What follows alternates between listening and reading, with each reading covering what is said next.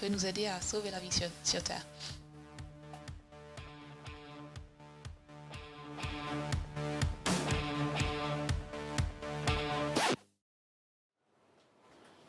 And I'm joined in the studio by Barbara Belbisi, the CEO of Interstellar Labs. Thank you Nous very sommes much avec for la joining us PDG today. de Very happy to Interstellar be here Lab. today. Nous sommes ravis de vous So you've avoir ici actually avec nous. created a Donc, vous pretty avez incredible créé concept un with the help of concept assez NASA. You're extraordinaire developing avec l'aide de la NASA. so-called Vous avez développé ce que l'on bioregenerative appelle habitats and life des support habitats solutions to make biogénératifs et life des possible solutions on pretty pour much any aider la planet, but vie you're thinking more dans about the red l'espace. Alors, on planet peut in penser à n'importe quelle particular. Mars, planète, we'll mais be vous talking pensez about it. particulièrement à But Mars, this could Mars, la help planète rouge. if we were, of course, to Et move bien to sûr, il Mars, s'agit but de it's voir also qu'est-ce qui se helping us passerait si on solve devait aller our vers own Mars, mais que problems ceci nous permet here également on d'avoir Earth. une nouvelle vision aux So problématiques qui tell peuvent us nous a animer little bit ici more sur about Terre. how you actually Donc, came up with this dites-nous-en un petit peu plus sur ce qui a créé cette idée.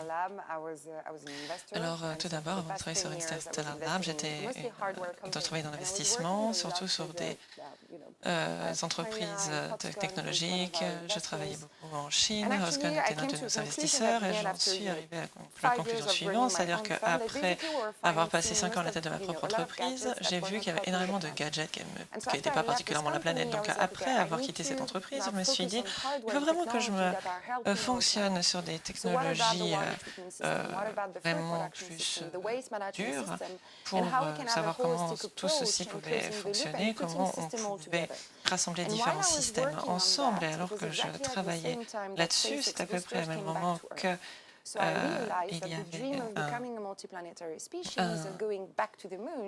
un vaisseau spatial qui est revenu sur Terre. Donc c'est à ce moment-là que je voyais qu'il y avait certains éléments qui me semblaient de la science-fiction qui maintenant étaient véritablement en train d'avoir cours. Alors maintenant, pour pouvoir faire le lien entre les différents systèmes, il fallait vraiment être complètement autonome dans un système un peu plus fermé où on va pouvoir fournir et recycler de l'eau sur Mars et également lier ça à la technologie qui est disponible ici sur Terre. Donc ça, c'est comme ça que je me suis intéressée à la problématique, c'est-à-dire comment est-ce qu'on peut développer un système à Mars et comment on pourrait l'appliquer sur Terre. Donc c'est un système qui va apporter un projet dans plusieurs endroits dans le monde, dans le désert californien par exemple, pour pouvoir aider à s'intéresser aux différentes applications suivant les environnements. Alors là, on a un petit peu de délai à cause du Covid, on avait commencé les prototypes, mais maintenant, dans quelques mois, on va commencer à avoir les résultats. Donc j'étais vraiment ravie de l'équipe. Mais maintenant, on se concentre également sur le fait de pouvoir développer différentes stations. Il y en a une peut-être près de Paris, donc on a commencé à regarder certains lieux possibles. On essaie notamment de pouvoir mettre en place ces problématiques dans ces 6-7 mois. Alors plus précisément peut-être pour nos spectateurs, quel type de problème essayez-vous de résoudre? Donc nous nous concentrons particulièrement sur l'intégration de la production alimentaire, la gestion des déchets, la production en eau. Donc l'une des problématiques auxquelles nous allons devoir faire face sur cette planète à cause du changement climatique et d'autres problématiques, c'est l'accès à la nourriture. C'est pour cela que nous avons décidé de développer des technologies qui nous permettent de faire croître, cultiver de la nourriture localement. Donc là, je parle même pas, je parle de la petite, une faible consommation en eau. Nous travaillons également sur des serres intelligentes, mais également sur la manière dont on peut gérer la problématique de l'eau alors que l'on essaie de mettre en place une agriculture un peu plus durable avec des moins de consommation de ressources. Donc on essaie véritablement de clore la boucle pour que ceci soit véritablement utilisé dans plusieurs environnements, pour les petits villages, pour des grandes villes, pour des systèmes de retraitement de l'eau, pour des fermes familiales, etc. Donc là, vous êtes en train de parler des applications qu'on pourrait faire sur Terre, mais en fait, vous avez déjà la tête dans les étoiles. Ce qu'on pourrait faire sur Mars à l'avenir. Donc, quelle est la prochaine planète que l'on pourrait coloniser? Bon, alors moi, c'est-à-dire que c'est une des planètes qui est la plus proche de la Terre. Moi, je suis en train de parler des planètes, hein, je ne parle même pas de la Lune, parce que la Lune, c'est vraiment une étape très intéressante avant Mars, mais la proximité entre la Terre et la Lune fait que c'est une belle base scientifique, mais que ce n'est pas véritablement un but en soi de créer des systèmes en vase clos, parce qu'on peut toujours retourner sur Terre, alors que quand on va sur Mars, on a besoin d'avoir des systèmes qui sont complètement autonomes. C'est pour cela que c'est intéressant de se concentrer sur Mars. Et en plus, c'est pas si loin, parce que c'est à 24 heures de la Terre. Enfin, il faut quand même... J'ai faisais une petite lecture avec une petite présentation avec des enfants et je leur montrais une idée image de la Terre maintenant, une image de Mars il y a 3,5 milliards d'années, les planètes étaient assez similaires. Donc c'est assez fascinant de voir la réflexion entre les deux planètes. Est-ce que finalement, il y a vraiment une possibilité de se servir de Mars en miroir pour voir quel pourrait être notre futur? Et alors, vous avez également, avec les États-Unis, avec la Russie, il y a davantage d'intérêt pour la Lune. Mais bon, de toute façon, je suis sûre qu'on sera là-bas dans 4-5 ans.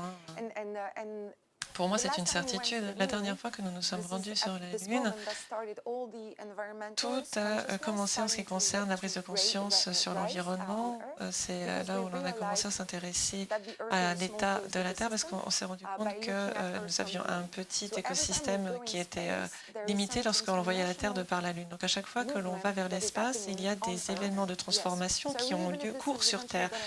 Donc peut-être que cela pourrait nous aider à davantage prendre conscience de la situation et peut-être que notamment nous allons avoir une prise de conscience interplanétaire. Donc en fait, d'accord, c'est ce que vous êtes en train de me dire, une prise de conscience interplanétaire. Lorsque je vous écoute, j'ai l'impression que ceci est un moyen de véritablement encourager les foules à prendre un petit peu de hauteur et à penser avec le point de vue de l'univers et pas simplement terrocentré, pourrions-nous dire. Donc peut-être qu'il s'agirait de faire les choses de manière le plus respectueuse possible sans créer trop de remous. Alors qu'est-ce que vous pensez de cette question? De toute façon, les humains font partie de la vie sur Terre, on fait partie de la vie sur Terre, on n'est pas différent.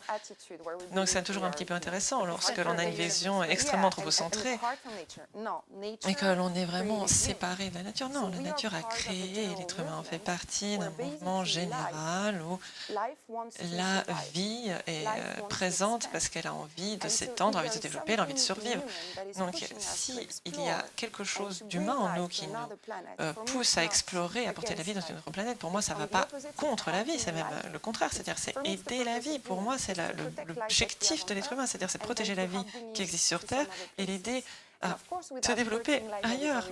Et bien sûr, on ne va pas endommager la nature qui est déjà là-bas, la vie qui est déjà là-bas. Mais de toute façon, cela va être une manière de revoir la manière dont on vit sur Terre, parce qu'à un moment donné, elles ont été ces deux planètes.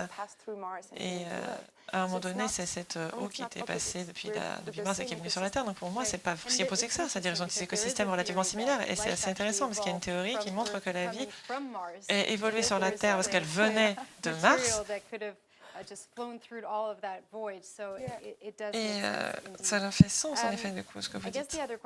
Je pense que l'autre question que j'avais, et peut-être pour un spectateur, c'est intéressant en tant qu'innovateur, parce que c'est un forum sur l'innovation, mais lorsque vous êtes allé directement voir la NASA pour leur demander de l'aide, est-ce que vous pouvez nous en dire davantage?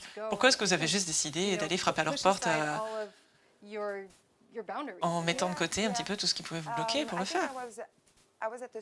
Je pense que j'étais à ce croisement dans ma vie où en fait j'étais à une croisée des chemins, j'étais sur un projet et en fait c'était mon seul projet, j'avais pas d'autre choix et mon seul plan c'était juste d'y aller et puis d'aller leur demander de l'aide, j'avais pas d'autre avenir possible pour moi. Donc je me suis dit bon bah très bien, de toute façon j'ai rien à perdre, donc autant essayer, autant y aller. Et il y a quelque chose avec la NASA, c'est-à-dire que lorsque vous vous présentez, que vous êtes vraiment travailleur, que vous avez une approche des choses qui est très authentique, très directe. Moi, je leur ai expliqué les types d'études que je faisais, le travail que je faisais.